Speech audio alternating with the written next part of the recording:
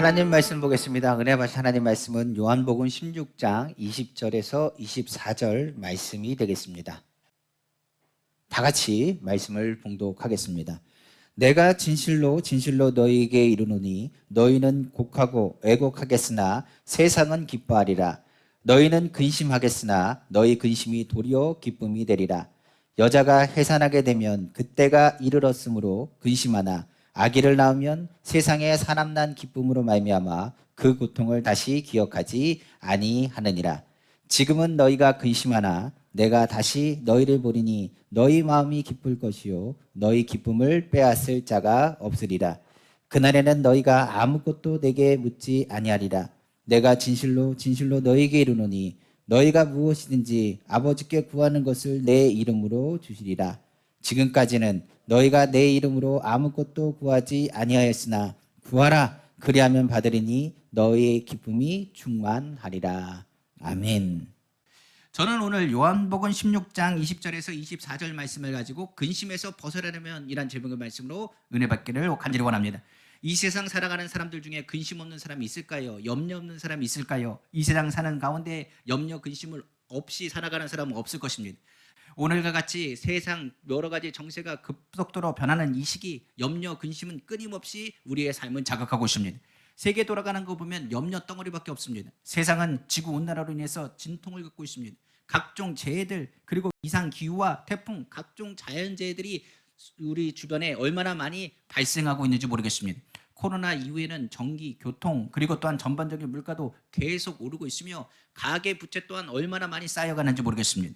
그뿐만이 아닙니다. 우리나라는 남북이 갈라져 있습니다. 언제 전쟁이 일어나도 이상하지 않는 곳이 바로 우리나라입니다. 더 나아가 주변 국가들의 경제 위협과 자국 이기주의로 인해서 우리나라 또한 여러 가지로 어려움을 겪고 있는 어려운 시기 가운데 있다는 것을 우리는 부인할 수가 없습니다. 이것뿐입니까? 아닙니다. 우리의 삶의 터전도 지금 위기 가운데 있습니다. 칼부림 사건뿐만이 아닙니다. 부실 공사로 인해서 여러 가지 사건들이 우리 주변에 많이 들리고 있습니다. 각종 범죄뿐만이 아니라 바로 사기, 마약, 도박 등 전 국민들이 걱정하지 말아야 될 걱정할 일들이 우리 주변에 많이 일어나고 있습니다. 걱정과 연조 속에 살아가는 것, 현재 우리가 살아가는 세상에 처한 상황이라고도 이야기할 수가 있는 것입니다. 이처럼 우리가 사는 생활, 우리가 사는 세상 모든 삶에 있어서 염려와 근심 그것과 싸워야 됩니다. 그러나 이것을 극복하면 다행이지만은 이것을 극복하지 못한다고 한다면 그 절망과 그 파괴력은 우리 가운데 모든 것을 앗아갈 것입니다. 그러다 보니 우리는 성경에서 근심을 무엇으로 이야기하는지를 먼저 알아야 됩니다. 성경은 근심이라는 단어에 대해서 헬라어의 뜻이 이렇습니다. 사람의 마음 그리고 쪼개다는 말이 붙여져서 근심이라는 단어를 만든다고 합니다. 그러니까 이 말이 합쳐진 말 그 근본대로 그 원어의 의미를 의미한다면 염려 그리고 근심이라는 말은 사람의 마음이 쪼개져서 마음이 흩어지게 만드는 것이 바로 근심이라는 것입니다. 그러니까 사람의 마음이 완전히 쪼개지고 절망 가운데 있는 상태 그것을 근심이라고 이야기하는 것입니다. 오늘날 많은 사람들이 이 근심으로 인하여 스트레스를 받고 그리고 신경쇠약증, 노이로제와 잠을 잘 들지 못해서 정신적인 스트레스로 인하여 여러 가지 건강에도 문제가 발생하는 것을 보게 됩니다. 이러므로 우리의 문제의 핵심은 문제가 발생하기도 전에 다가오는 근심에서 비롯된다고 해도 과언이 아닐 것입니다. 그러므로 우리가 갖고 있는 염려, 근심 지금 이 시간에도 우리의 모든 영혼과 우리의 삶의 생각과 우리의 마음을 망치고 있는 요인이 되는 것입니다.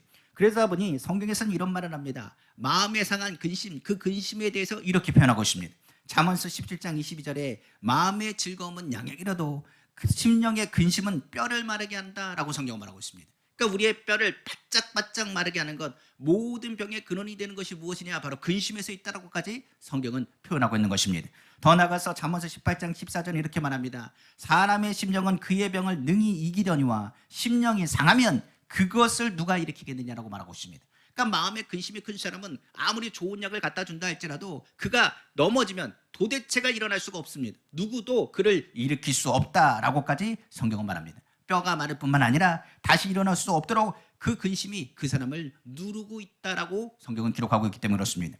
그래서 성경은 뭐 하기를 원하느냐? 근심하지 말아라. 근심을 벗어버려라. 근심을 벗어버리는 비결에 대해서 이야기하는 것이 하나님의 말씀이요 성경의 말씀이라고 이야기할 수 있는 것입니다. 그럼 오늘 본문도 다시 한번 설명하고 있지 않습니까? 그리고 아까 읽었던 잠언도 그러지 않습니까? 뼈를 마르게 하는 것, 그리고 우리의 심령을 병들게 하고 일어나지 못하게 하는 것이 근심인데, 그러나 성경을 자세히 보시면 그 앞구절에 뭐라고 되어 있습니까? 마음의 기쁨과 즐거움이 있으면 뭐라고요? 근심을 이길 수 있는 양약이 된다고까지 성경 기록하고 있습니다. 더 나아가서 이 얘기는 뭡니까? 마음에 근심이 있으면 일어날 힘이 없지만은 마음의 즐거움과 기쁨이 회복되면 7번 넘어져도 다시 일어날 수 있는 것이 바로 기쁨이라고도 이야기하고 있는 것입니다. 그러므로 오늘도 본문에도 말하고 있습니다. 근심은 해산하는 고통과 같다고 합니다. 그러나 그 고통은 아이가 낳고 나서 그 기쁨에 의해서 그가 아팠던 그 고통은 잊어버리고 삼킴바 된다고까지 성경은 기록하고 있는 것입니다. 바로 요한복음 16장 21절 말씀이죠. 여자가 해산하게 되면 그때가 이르렀으므로 근심하나 아기를 낳으면 세상의 사람 난 기쁨으로 말미암아 그 고통을 다시 기억하지 아니하느니라 성경은 말하고 있습니다. 이처럼 기쁨은 뭘 집어삼키느냐? 근심이라는 것을 집어삼키게 되는 것입니다. 그러므로 지금 우리가 사는 근심의 시대, 어려움의 시대, 염려의 시대 가운데 우리에게 필요한 것이 무엇이냐? 바로 이 기쁨입니다. 어떤 기쁨이요? 바로 근심을 집어삼키는 기쁨. 그리고 근심하지 않고 그 근심을 이길 수 있는 기쁨의 근원 대신 예수 그리스도를 만나는 데 있다는 것을 우리는 기억해야 되는 것입니다. 그러므로 성경은 이렇게 얘기하죠. 세상에 근심되지만 너희는 주님이 주시는 기쁨을 구하라고 말합니다. 그러므로 세상에 있는 근심은 잠깐 흘러가지만은 그 하나님이 주시는 영원한 기쁨은 그 근심을 집어삼킨 바 될 것이며 그 기쁨으로 인하여 너희는 살 것이라고 성경은 기록하고 있기 때문에 그렇습니다. 그러므로 오늘 이 근심을 벗어버리기 위해서 주님이 주시는 기쁨을 구하길 원합니다. 어떠한 기쁨이 우리에게 있으며 어떠한 기쁨을 우리는 구해야 될지를 오늘 말씀을 나누며 주님 앞에서 승리의 기쁨을 맛보는 귀한 시간 되기를 다시 한번 주님의 이름으로 축원합니다.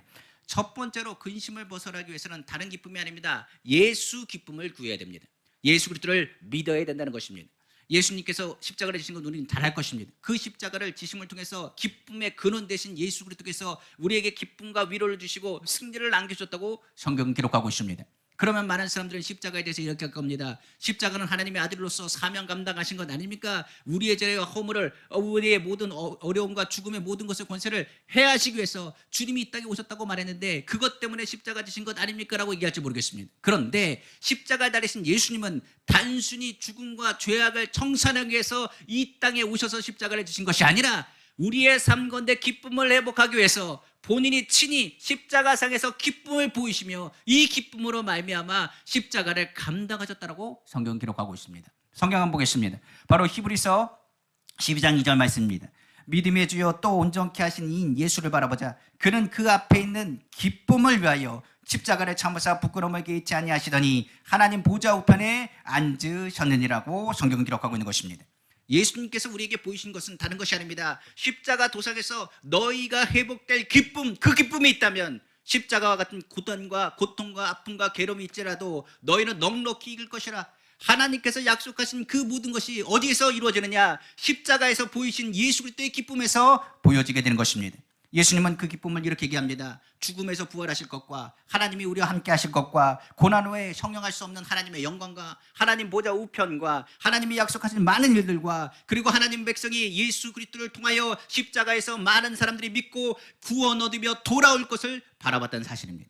무엇보다 예수 그리스도의 십자가는 단순히 죄와 사망이 아니라 하나님의 기쁨이요 더 나아가서 우리에게 주시는 기쁨의 통로가 된다고 성경은 기록하고 있는 것입니다. 그 기쁨은 세상의 기쁨과 다릅니다. 많은 사람들은 근심을 잊어버리기 위해서 기쁨을 택하지만 세상적인 기쁨은 단순히 순간적인 기쁨일 뿐입니다. 어떤 사람은 술을 마시기도 하고 어떤 사람은 도박에 취하기도 하며 어떤 사람은 마약을 하기도 합니다. 어떤 사람은 기쁨을 해서 여러 가지 이야기들을 하고 많은 것들의 기쁨을 찾으려고 합니다. 그러나 그 기쁨은 영원하지 않습니다. 순간적인 것이고 그 기쁨은 그 순간은 근심을 잊어버리지만 그 기쁨이 떨어지는 그 순간에는 더 큰 근심과 더 큰 고통이 다가오기 때문에 그렇습니다. 그러므로 성경은 말합니다. 바닷물에 목이 말라서 바닷물을 마시는 사람처럼 계속적으로 바닷물을 구하는 사람이 되지 말고 그 사람은 결과적으로 그 기쁨은 죽음으로 가는 기쁨이지만 예수 그리스도께서 주시는 기쁨은 십자가를 통해서 부활과 승리와 너에게 주신 하나님의 은혜와 위로가 주어지는 기쁨이라고 성경 기록하고 있기 때문에 그렇습니다. 그러므로 성경에서는 그 기쁨을 구하라고 말합니다. 세상의 기쁨은 헛된 것뿐이며 세상의 기쁨은 아무 유익이 없으므로 너희가 구할 것은 예수 그리스도를 만나 예수 그리스도의 기쁨을 구해야 되지 않겠느냐고 성경은 거듭 강조하고 있는 것입니다. 솔로몬도 부귀영화를 누린 사람이었습니다. 부귀영화를 통해서 자신의 기쁨을 찾으려고 이것도 해보고 저것도 해봤습니다. 그러나 그의 결론은 전도서를 통해서 분명하게 우리에게 말하고 있습니다. 전도서 1장 2절에 말하기를 전도자가 이르되 헛되고 헛되며 헛되고 헛되니 모든 것이 헛되도다라고 성경 기록하고 있기 때문에 그렇습니다. 세상의 모든 것이 그 순간은 기쁠지 모르겠지만 그 기쁨을 지나간 후에는 허무하고 허탄함밖에 남지 않기 때문에 그렇습니다. 그러나 예수 그리스도를 믿으면 그 허탄함이 아닙니다. 예수 그리스도를 믿으면 영원한 기쁨이 무엇인지를 우리에게 설명하고 있기 때문에 그렇습니다. 성경에 보면 학자여 도덕가이여 종교가인 니고데모가 예수님을 찾아왔습니다. 그는 예수님께 영생에 대한 물었습니다. 영원한 생명이라고 많은 사람이 얘기하지만 영원한 기쁨에 대한 것을 물은 것입니다. 매일마다 기쁨에 대한 것을 구하려고 했지만 그 순간 깨달음의 기쁨은 있을지는 모르겠지만 그 이후에는 기쁨이 아니라 오히려 허탄한 것이고 인생의 끝이 어떻게 되는 것인지 알지 못했습니다. 그는 어떻게 살아가야 될지 어떻게 바라볼지는 잘 알지 못했습니다. 그러나 예수님을 만나고 나서 예수님이 하나님의 아들인 것과 예수님이 많은 기적을 행하시며 예수 그리스도의 선포하는 말씀이 회개하라 천국이 가깝다는 그 메시지가 그의 마음을 누르기 시작했습니다. 그는 예수님을 찾아갔습니다. 요한복음 3장 2절에 이렇게 말합니다. 그가 밤에 예수께 와서 이르되 랍비여 우리가 당신은 하나님께로부터 오신 선생이신 줄을 아나이다. 하나님이 함께 하시지 아니하시면 당신이 행하시는 이 표적을 아무도 알 수 없습니다. 예수님이 말씀하신 그 기쁨, 예수 그리스도가 말씀하신 그 생명, 예수 그리스도가 한 그 능력, 예수 그리스도가 한 그 기적, 그건 하나님이 보내시지 않으면 불가능한 것입니다. 저는 구합니다. 하나님이 주시는 영원한 기쁨, 하나님이 주시는 영원한 생명이 무엇인지를 알려달라고 니고데모가 예수님을 찾아온 것입니다. 요한복음 3장 3절에 예수께서 이렇게 대답하셨습니다. 예수께서 대답하여 이르시되 진실로 진실로 내게 이르노니 사람이 거듭나지 아니하면 하나님의 나라를 볼 수 없느니라고 성경은 말하고 있는 것입니다. 오늘은 침례라고 했습니다. 침례는 내가 죽고 다시 사는 것입니다. 내가 다시 태어나지 않고서는 예수 그리스도를 만날 수가 없습니다. 나의 육신으로는 예수님을 만날 수가 없습니다. 예수님이 우리를 만나 주셔야 되는 것이고 예수 그리스도의 기쁨을 체험하기 위해서는 우리는 예수 그리스도를 주라 신하며 믿어야 되는 것입니다. 무엇보다 니고데모는 이 부분을 이해하지 못했습니다. 다시 태어나라고요. 2번 엄마 뱃속에 다시 들어갔다 어떻게 다시 날 수 있습니까? 라고 물었습니다. 예수님께서 이렇게 말씀하셨습니다. 요한복음 3장 5절에 말하기를 예수께서 대답하여 이르시되 진실로 진실로 내게 이르노니 사람이 물과 성령으로 나지 않으면 하나님 나라에 들어갈 수 없다라고 말하고 있습니다. 여기서 물이라는 건 우리가 알지 않습니까? 침례를 받고 성령을 받아야 하나님 나라가 너희 가운데 있다는 것을 다시 한번 설명하고 있는 것입니다. 그러므로 우리는 죄로 인하여 태어났습니다. 그러나 예수 그리스도께서 십자가 달리심을 통해서 우리는 구원을 받았습니다. 바로 예수 그리스도의 십자가의 그 능력은 하나님이 우리를 사랑하신 것과 하나님이 우리를 포기하지 않는다는 것입니다. 너의 삶과 내 근심과 걱정하지 말라고 말합니다. 염려하지 말라고 말합니다. 주님이 너와 함께 하신다고 말씀하십니다. 내가 너를 사랑한다고 말합니다. 세상이 너를 배반한다 할지라도 나는 너를 떠나지 않는다고 말합니다. 내가 너와 영원히 함께 하신다고 말씀하십니다. 하나님은 예수 그리스도를 통하여서 우리에게 이 말씀을 약속하셨습니다. 이 말씀을 듣는 사람은 그 마음과 내 근심을 벗어버리고 주님의 기쁨을 맞이할 준비가 되어 있는 것입니다. 근본적인 회복은 예수 안에 있는 기쁨, 예수 그리스도를 알고 예수 그리스도를 믿고 예수 그리스도가 내 삶의 구세주가 된다는 것을 믿음으로 고백할 때 나타나는 하나님의 은혜라고 말하고 있는 것입니다. 그러므로 침례는 예수 그리스도를 주로 시인한 사람은 누구나 받을 수 있습니다. 바로 예수 그리스도를 주라 시인하고 예수 그리스도를 내가 죽도록 충성하겠습니다. 예수 그리스도를 통해서 거듭난 그 순간이 바로 물과 성령으로 거듭난 그 순간이 하나님 나라가 그 가운데 임한 것이요. 하나님 나라가 그 마음에 임할 때는 고통과 고난과 아픔은 사라지고 그 안에 주님이 주신 기쁨과 위로가 나타나기 때문인 것입니다. 그러므로 근심을 받으려면 예수 기쁨을 구해야 됩니다. 예수 기쁨, 예수 그리스도가 내 안에 구세주가 된 것을 고백해야 됩니다. 주님 내가 어디로 가는지 알지 못하고 방황하기 시작했습니다. 그러나 예수 그리스도를 믿으면 내가 하늘나라를 바라보며 주님이 나를 사랑하시며 주님이 나를 절대로 놓지 아니하시며 나를 치료하시며 나와 함께 하신다는 것을 믿음으로 고백하게 되는 것입니다. 두 번째로 근심을 받아버리려면 다른 것이 아닙니다. 성령 충만의 기쁨을 구해야 되는 것입니다. 우리 마음속에 기쁨을 갖다 주는 것은 성령 충만한 평안함입니다. 주님의 성령은 예수 그리스도를 생각나게 할 뿐만 아니라 주의 성령이 보혜사 성령은 예수 그리스도 안에서 우리의 마음에 있는 근심과 두려움을 예수 이름으로 내어 쫓게 하시며 무엇보다도 우리의 근심을 사라지고 우리에게 영원한 주님의 평안함을 더하시는 영이라고 성경 기록하고 있기 때문에 그렇습니다. 요한복음 14장 26절에서 27절 말씀입니다. 보혜사 곧 아버지께서 내 이름으로 보내실 성령 그가 너에게 모든 것을 가르치고 내가 너에게 말한 모든 것을 생각나게 하리라. 평안을 너에게 끼치노니 곧 나의 평안을 너에게 주노라. 내가 너에게 주는 것은 세상에 주는 것과 같지 아니하니라. 너희는 마음에 근심하지도 말고 두려워하지도 말라. 성경은 기록하고 있는 것입니다. 세상의 많은 것 가운데 우리는 두려움과 염려 가운데 삽니다. 염려하는 사람이 세상에 어디 있겠습니까? 근심하는 않는 사람이 어디 있겠습니까? 그런데 성령이 임하면 우리에게 뭐라느냐? 근심하지 말라, 두려워하지 말라, 염려하지 말라라고 이야기합니다. 그러다 보니 성경은 많은 것을 이야기하지만 사도행전에 보면 성령의 역사가 일어나는 것에 무엇이 같이 갔느냐? 주님이 주시는 기쁨이 같이 갔습니다. 근심하는 그 자리, 염려하는 자리, 괴로워하는 자리, 병들어 있는 자리, 아파 있는 자리, 상처 있는 자리에 성령의 역사가 나타내니 어떤 일이 일어나느냐? 성령 안에서 그들이 치료함 받고, 그들이 위로받고, 그들이 하늘나라의 소망을 품기 시작하면서 어떤 일이 일어나느냐? 그 성의 기쁨이 충만했다고 성경 기록하고 있습니다. 빌립이 사마리 성에 복음을 전할 때 하나님의 성령이 나타났습니다. 그리고 나서 그 성은 어떻게 됐냐? 기쁨으로 충만해졌다고 성경 기록합니다. 사도행전 8장 8절에 그 성에 큰 기쁨이 있더라고 말합니다. 그냥 기쁨이 아닙니다. 큰 기쁨이라고 이야기하고 있습니다. 성경에 보면 또한 바울과 바나바가 복음을 전할 때, 담대히 주의 복음을 전할 때 이방인들이 주의 말씀을 듣고 변화되기 시작했습니다. 그들은 기쁘며 믿게 되었으며 예수 그리스도를 구세주로 영접하기 시작했습니다. 그들은 말하고 그곳에 있던 제자들이 세워지고 기쁨과 성령의 충만함을 갖다 하나님을 증거하고 예수 그리스도의 구세주인 것을 선포했다고 성경 기록하고 있습니다. 사도행전 13장 52절입니다. 제자들은 기쁨과 성령이 충만하니라 성경 기록하고 있기 때문에 그렇습니다. 그러므로 성령 충만한 그 자리엔 기쁨 충만이 같이 갑니다. 그러므로 물과 성령으로 거듭난 것, 하나님 나라가 그 가운데 임하기 때문에 그렇습니다.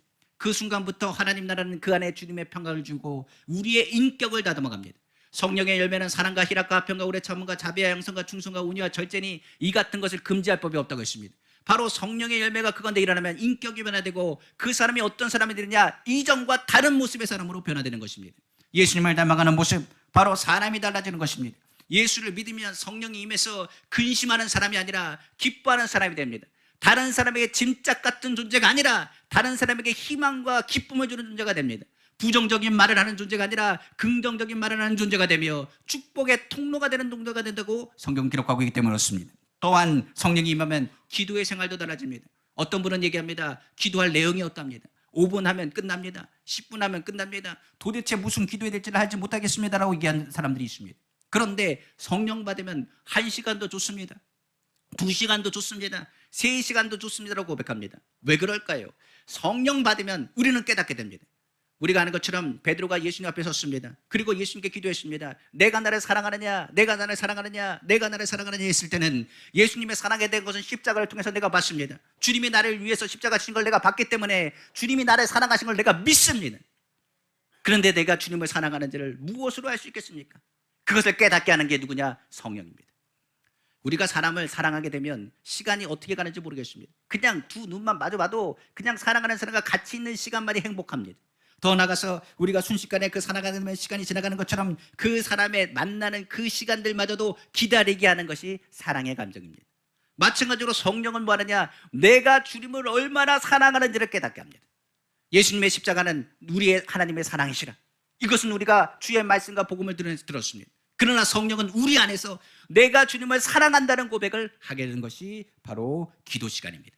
그러니까 기도하는 시간은 하나님과 예수 그리스도와 동행하는 시간이에요. 예수 그리스도와 대화하는 시간이요, 주님을 사랑한다 고백하는 시간이요. 이 고백하는 시간이 어떤 시간이 되느냐?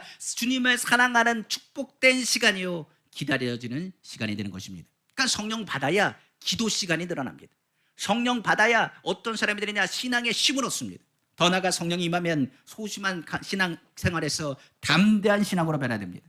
하나님의 사업을 할 때나 주의 복음을 전할 때 능력과 권세가 나타납니다. 예전에는 전도하지 못했는데 예수 복음을 전하기 시작합니다. 그리고 예수 그리스도를 담대하게 선포하는 주님의 일꾼으로 세워지는 것이 누구의 역사냐? 바로 성령의 역사입니다. 그러니까 복음 전하는 게 기쁩니다. 예배 드리는 게 기쁩니다. 기도하는 게 기쁩니다. 주님 앞에 나오는 게 기쁩니다. 주님의 기쁨을 이루 말할 수가 없는 것입니다. 성경에 보면 제자들에게 예수님께서 말씀하셨습니다. 예루살렘을 떠나지 말고 아버지께서 약속하신 성령을 기다리라. 너희가 성령을 받아야 담대하게 주의 복음을 전할 것이며 그 복음을 전하는 자리마다 주님의 기쁨이 나타날 것이며 주님의 평안함이 너를 뒤어싸을 것이며 그 기쁨의 원천 대신 예수 그리스도를 인하여 즐거워할 것이라고 주님이 말씀하셨기 때문에 그렇습니다. 성령은 바로 기쁨의 근원 대신 예수님을 생각나게 합니다. 그 예수 그리스도의 이름을 선포하기 위해서 근심의 모든 문제의 해결자이신 예수님께로 가까이 가게 하는 영이 누구냐? 바로 성령이라고 성경은 말하고 있는 것입니다. 그러므로 성령 충만함이 근심을 벗어버리고 평안에 이르는 주님의 기쁨의 능력이 임하는 통로가 된다는 것을 우리는 기억해야 되는 것입니다. 그러므로 성령 충만을 구해야 되는 것입니다. 세 번째로 근심에서 벗어나려면 주님의 말씀을 묵상하는 기쁨을 구해야 되는 것입니다. 많은 사람들은 하나님의 말씀이 왜 이렇게 기냐고 얘기하는 사람이 있을지 모르겠습니다. 그러나 주님의 말씀은 연애 편지와 같습니다. 주의 말씀을 들을 때마다 우리는 무엇을 했냐? 그 말씀을 주야로 묵상함이 내 기쁨이 됩니다. 복 있는 사람은 주의 말씀을 주야로 묵상하는 사람입니다. 주의 말씀을 통해 내가 기쁘고 즐겁습니다 하는 믿음의 고백이 우리 가운데 필요합니다. 우리가 사는 세상 영원한 기쁨이 있습니까? 없다고 했습니다. 왜 그럴까요? 근심은 어디서 옵니까? 세상에 있는 여러 가지 풍랑 속에서 나타납니다. 불확실한 세상 속에서 나타나는 것이 바로 근심이요 염려인 것입니다. 내일에 대한 염려가 근심으로 다가옵니다. 내일에 대한 슬픔과 괴로움이 근심으로 다가옵니다. 앞으로의 우리의 삶은 어떻게 됩니까? 눈앞이 깜깜합니다. 많은 사람들이 묻는 것처럼 세상이 어떻게 바뀔지 모르겠습니다. 내일 무슨 일이 일어날지, 1시간 후에 무슨 일이 일어날지, 우리의 삶 가운데 무슨 일이 일어날지 아무도 아는 사람은 없습니다. 그렇기 때문에 많은 사람들은 근심하는 것입니다. 앞으로 나는 어떻게 살아야 되나? 나는 어떻게 나아가야 되나? 그 근심 때문에 많은 사람들은 염려하여서 그 입술로 부정적인 말을 합니다. 터전이 흐러지고 가정이 흔들리고 무너져서 아무것도 믿을 수 없다라고 얘기하는 사람도 제가 들었습니다. 그러나 성경은 말합니다. 절대로 흔들리지 않는 것이 있습니다. 그것은 바로 하나님 말씀이라고 성경 기록하고 있습니다. 마태복음 24장 35절에 예수님께서 말씀하셨습니다. 천지는 없어지을정 내 말은 없어지지 아니하리라. 천지의 모든 것은 사라지고 무너질지라도 뭡니까? 하나님의 말씀은 영원히 사라지지 않습니다. 바로 진리 되신 주의 말씀, 그 말씀은 우리에게 말합니다. 내가 너를 떠나지 않는다. 내가 너를 버리지 않는다. 내가 너를 사랑한다. 내가 너를 끝까지 책임진다고 말합니다. 주의 말씀을 들을 때마다 우리는 무엇을 하느냐? 주님이 주시는 기쁨과 위로를 받게 되는 것입니다. 왜 말씀이 이러한 능력이 있을까요? 말씀은 좋으신 하나님에 대한 이야기요, 예수 그리스도에 대한 이야기요, 더 나아가서 성령에 대한 이야기가 풍성하게 나타나 있기 때문에 그렇습니다. 성경을 한번 잘 보십시오. 창세기부터 계시록까지 모든 말씀 속에 믿음의 사람들이 등장합니다. 그러나 그 믿음의 사람들의 이야기, 성경은 말하길 두 가지를 선포하고 있는데, 첫 번째, 이 믿음의 사람들은 어떤 사람이라? 우리와 같은 성정을 같은 사람이라. 모세도 우리와 같은 성정을 같은 사람이라. 다윗도 우리와 같은 성정을 같은 사람이라. 엘리야도 아예 성경에 말하기를 우리와 같은 성정을 같은 사람이라. 똑같은 사람이라는 얘기입니다. 그들이 뭘 겪었다고요? 고난을 겪었습니다. 어려움을 겪었습니다. 그들이 근심하지 않았습니까? 아닙니다. 모세도 근심했습니다. 40대는 40대에 근심했습니다. 80이 돼서 이스라엘을 이끌어가는 데도 근심했습니다. 이스라엘 이끌어가는 그 40년 동안도 근심 안 했습니까? 근심했습니다. 다윗은 어떡합니까? 기름 부음 받는 그 순간부터 근심했는 날이 많았습니다. 골리앗을 때려잡는 그 순간부터 더 어려움이 다가왔습니다. 그가 도망가는 도망자 시세가 되는 그 숱한 시간들 동안에 근심하는 일이 아는 일이 없었습니까? 끊임없는 근심이 있었습니다. 그가 범죄하고 나서 근심했습니다. 그가 여러 가지 자녀들 때문에 근심했습니다. 압살롬이 자신을 죽이려고 했습니다. 근심했습니다. 그가 마지막 순간에도 근심하지 않을 수가 없었습니다. 근심하는 그것 때문에 그런 인구조사까지 했던 사람이 누구냐? 바로 다윗이었습니다. 그 믿음의 사람도 근심합니다. 엘리야는 어떡합니까? 로뎀나무 안에서 차라리 날 죽여달라고 했습니다. 이스라엘이 변하지 않습니다. 그는 근심했습니다. 그러고 말하기를 앞에 있는 많은 사람들과 저는 다르지 않습니다. 저는 특별할 줄 알았습니다. 그런 저는 특별한 사람이 아니었습니다. 하나님 모든 사람이 다 실패했습니다. 나도 감당 못합니다. 나같이 부족한 사람 하나님 부르셨습니까? 나를 차라리 죽여달라고 했던 사람이 누구냐? 바로 엘리야였습니다. 우리도 그러지 않습니까? 염려 근심에 장사가 어디 있습니까? 다 넘어지고 쓰러지고, 그리고 근심이 다가올 때마다 이 힘이 우리 가운데 없다는 것을 누구보다 잘 알 것입니다. 성경에 있는 사람도 똑같은 성정을 가진 사람입니다. 근데 그 사람들에게 공통점이 있다면 다른 것이 아닙니다. 하나님이 찾아오셨습니다. 그들에게 말씀하셨습니다.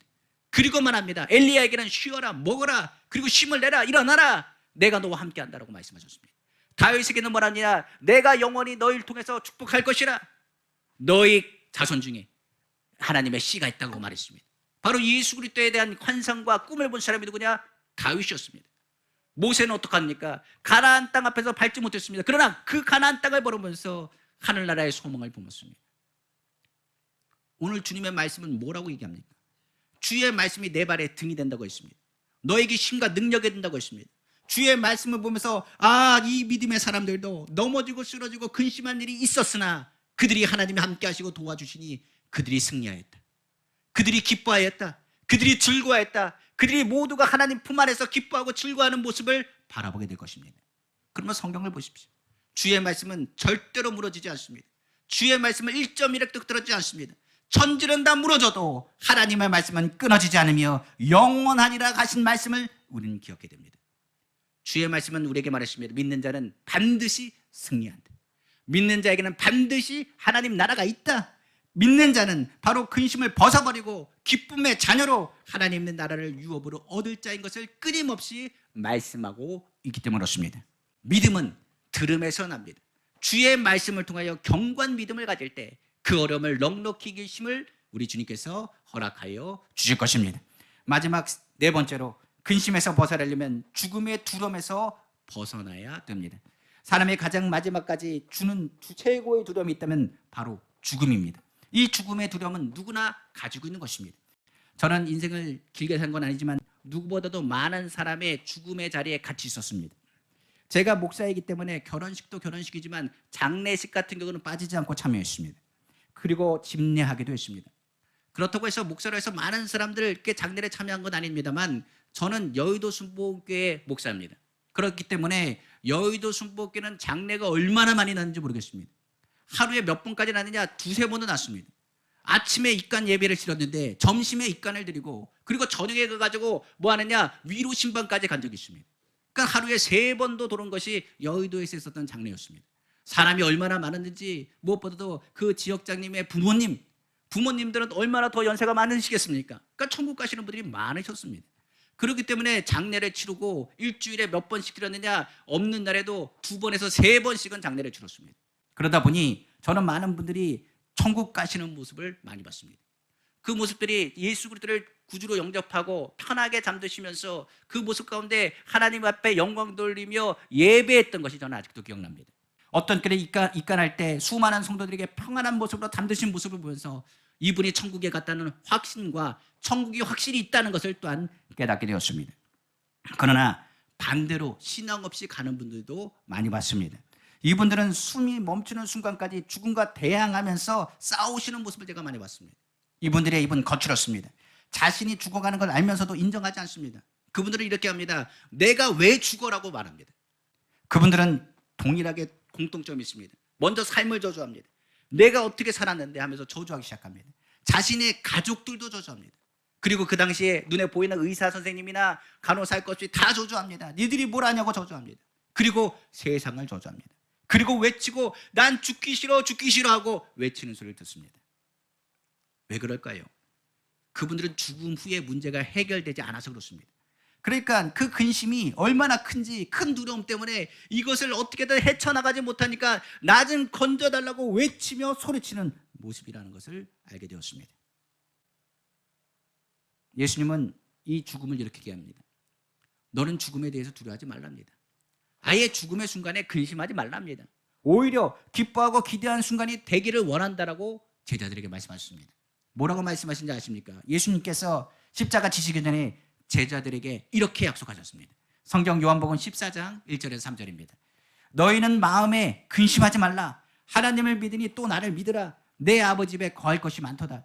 그렇지 않으면 너희에게 일렀으리라. 내가 너희를 위하여 거처를 예배하러 가노니 가서 너희를 위하여 거처를 예배하면 내가 다시 와서 너희를 내게로 영접하여 나 있는 곳에 너희도 있게 하리라 약속하셨습니다. 죽음의 문제에 대한 것을 예수님께서 뭐 하는다고요? 해결하셨습니다.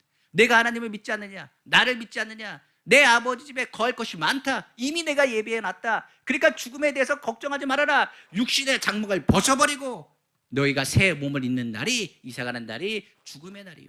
그 죽음이라는 것은 그냥 통로일 뿐이며 너희는 죽지 아니하고 잠들 것이며 그리스도의 생명이 너한테 거할 것이다. 이 죽음의 순간을 예수님은 이야기합니다. 완전히 근심에서 벗어버리고 하나님의 품 안에 안기는 순간이 죽음이라고까지 예수님께서 말씀하신 것입니다. 우리가 아는 것처럼 이미 우리는 하나님 나라를 소망한 사람입니다. 죽음 이후에 우리가 어떻게 살아가야 될 부분, 어느 곳에 있는 것을 우리는 깨달아 알 수 있을 것입니다. 그러나 아직은 이 육신을 갖고 있습니다. 그러다 보니 저도 이렇게 얘기합니다. 근심 안 할 수는 없습니다. 저도 근심하고 삽니다. 염려 안 할 수는 없습니다. 그러나 우리는 예수님을 믿습니다. 그리고 성령 안에서 예수 그리스도를 이름으로 선포하고 기도할 수 있습니다. 하나님의 말씀은 약속합니다. 뭐라고요? 근심하지 말아라. 지금 있는 고난은 좋게 내가 받을 영광과 비교할 수 없다라고 주님은 말씀하실 것입니다. 그러므로 우리가 죽음의 순간은 완전히 육신의 모든 갖고 있는 근심을 벗어버리는 순간이요. 성경의 계시록에 말하기를 아픔과 고통과 두려움이 아니라 근심과 두려움이 아니라 슬픔이 아니라 탄식이 아니라 주의 평강과 위로와 주님의 기쁨이 충만한 곳에 안기게 될 것이라고 성경은 말하고 있기 때문에 그렇습니다. 그러므로 오늘 주님은 분명히 말합니다. 죽음의 문제를 해결하신 예수님, 예수님께서 우리와 함께 하십니다. 그 기쁨의 그 순간들을 놓치지 않는 우리 성도님 다 되시기를 주님의 이름으로 축원합니다. 말씀을 마치겠습니다. 사람들은 근심을 벗어버리려고 세상에서 기쁨을 찾으려고 합니다. 그러나 이 세상의 기쁨 순식간에 사라져버리고 헛되고 헛된 것이라고 말한 것처럼 더 큰 고통과 근심을 안겨줄 뿐입니다. 근본적인 해결이 되지 않는다는 것입니다. 그러나 오늘 말씀 준 것처럼 예수 그리스도에 대한 기쁨, 성령의 기쁨, 말씀의 기쁨, 하나님 나라의 소망에 대한 기쁨은 영원한 기쁨이요. 그 기쁨은 우리 안에 생수의 강같이 흘러나오게 될 것입니다. 바로 우리의 삶의 근원지, 기쁨의 근원지가 오직 예수 그리스도가 되어지기 때문에 그렇습니다.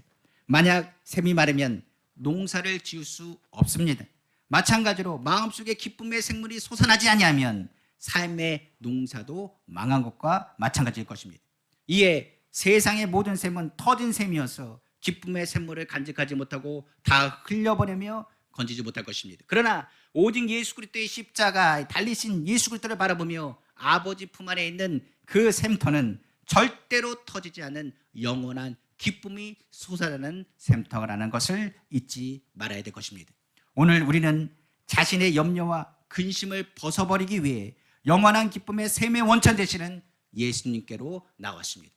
오늘 침례 맞는 것은 기쁨의 원천 되신 예수 그리스도를 믿음으로 선포하는 순간입니다. 믿음으로 충성을 다짐하고 나는 죽고 주님이 삼자라는 고백이 이루어지길 간절히 원합니다. 예수님의 제자들에게 성령의 충만함을 받으라 하신 것처럼 주님의 기쁨이 우리 성도님들 가운데 충만하길 원합니다. 예수님이 침례 가운데 내 사랑하는 아들이요 내 기뻐하는 자라 말한 것처럼 우리가 주님의 기뻐하는 자로 다시금 거듭나기를 간절히 원합니다. 그러므로 오늘 이후로는 근심을 완전히 벗어버리길 원합니다.